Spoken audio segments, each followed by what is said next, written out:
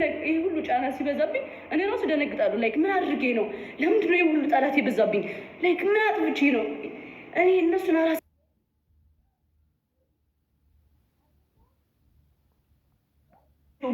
እጮታለሁ፣ እደንሳለሁ፣ ላይቤ እገባለሁ። የሚወደኝ ሰው ደግሞ ይሰጠኛል ጊፍት። ሰርች እወጣለሁ። ጀስት በቃ ሌላም ሰው አልነካ፣ የሰውን ውድቀት አልፈልግ እና ለምንድን ነው በዚህ ልክ ጠላቶች የበዙት? በጣም ነው ማስበው። ባይ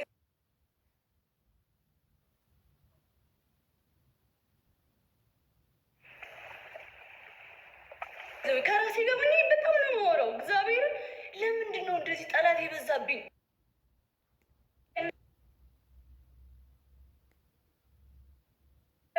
የትናንትናዋ ጃኒ ያችን ብቻዋን የመጣችዋን ከእሷ ጋር ነው በቃ ፉክክሬ። ነገ የት ደርሳለሁ? ከዛች ጃኒ ጋር ነው የኔ ፉክክር። እንትና እንዲወድቅ፣ እንትና ወደቀ፣ እንትና ቀደመኝ፣ እንትና በለጠኝ። የለም እኔ ጋር በቃ እኔ ጋር የለችም። ከጃኒና ከጃኒ ጋር ፉክክሬ ከጃኒ ጋር ብቻ ነው። እና እንደዚህ አይነት ሴት ላይ ለምንድን ነው የሁሉ ጠላት የበዛው? መተውም አለኩ ላይክ መተው በቃ ጀስት ትውት። ግን እኔም ሊተውኝ አልቻሉም። ላይክ በስመ አብ በወልድ እኔ አላውቅም። እግዚአብሔር እኔ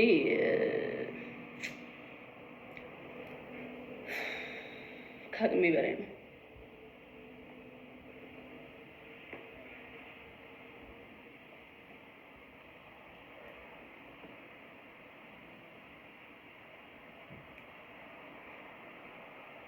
ጋይስ ኢሞሽናል ሁኚ ምናምን አይደለም፣ የተሰማኝን ነው የምናገረው። ለምን እንደሆነ ታውቃላችሁ? አንደኛ እንደዚህ የማወራችሁ በቃ የተሰማኝን ስሜት ነው። አሁን እዚህ ቤት ውስጥ ሆኜ የማስበውን ነገር ልንገራችሁ፣ በቃ እንድትረዱኝ ይፈልጋለሁ። እና እናንተ ያልተረዳችሁኝ እዚህ ጋር ሁሉ ነገር እኮ የማገራችሁ ላይክ እንድትረዱኝ ነው። ገባችሁ አይደለ? ጀስት ለምንድን ነው ይሄ ሁሉ ፈተና እየበዛብኝ ያለው? ምን አድርጌ?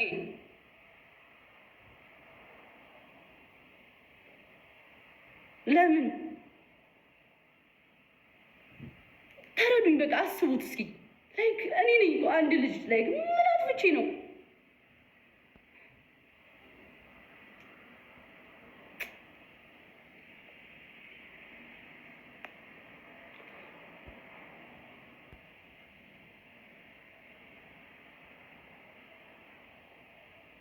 በእኔ ይቀናል? ምንድን ነው በእኔ የሚቀናው? ስላደኩኝ እየሰራው ስለሆነ የሚያስቀና ነገር ምን አለኝ?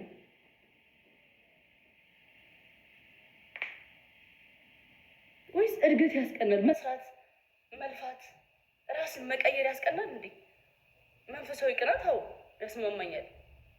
ግን የሆነ ሰው ራሱን ስለቀየረ፣ የሆነ ሰው ራሱን እያሸነፈ ስለሆነ፣ እየሰራ ስለሆነ ይሄ እንደዚህ አይነት ቅናት ላይክ ምን አይነት ቅናት ነው?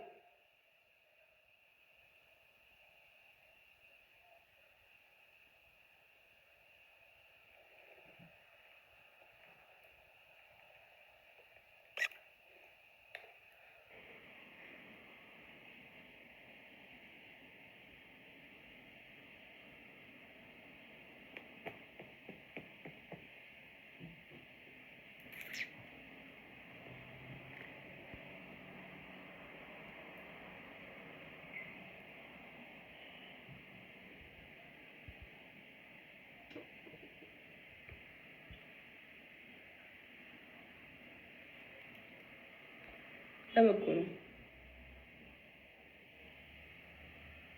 የኔ ገብርኤል ደግሞ ያሳየኛል የተነቀስኩት የማምንበት በንጹህ ልቤ የማምነው። ሊፈትነኝ ይችላል፣ ግን ደግሞ ያሳየኛል። አያረፍም።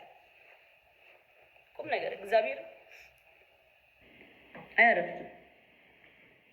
ቶሎ ያምኛ ለቅ ቀጥታ ነው የማምነው። ጥፋት ካለብኝ እኔ ይቅርታ እላለሁ። ባይዘው እኔ ይቅርታ ልባልኝ ቶሎ ይቅርታ እላለሁ ጥፋት ካለብኝ ካጠፋው። ምክንያቱም ቂም ተያይዞ እርምጃ የለም። ገባችሁ አይደለ? እንደዛም ሲሆን ነው ፈጣሪ የሚያይላችሁ እንጂ እየበደላችሁማ እኔ እንደዚህ ሁኜ እንደዚህ ነው አይሰራም። ካጠፋችሁም ይቅርታ፣ ካስቀየማችሁም ይቅርታ። ግን ደግሞ አትንኩኝ በቃ።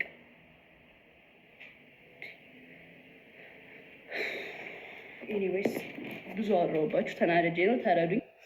ምንም እንደ አንድ ሴት እዚህ ጋር ስሜት መጥቼ እንደዚህ ብጮህ ብለፈልፍ እንዳትታዘቡኝ፣ ምክንያቱም ደብሮኛል። በቃ እውነቱን ስነግራችሁ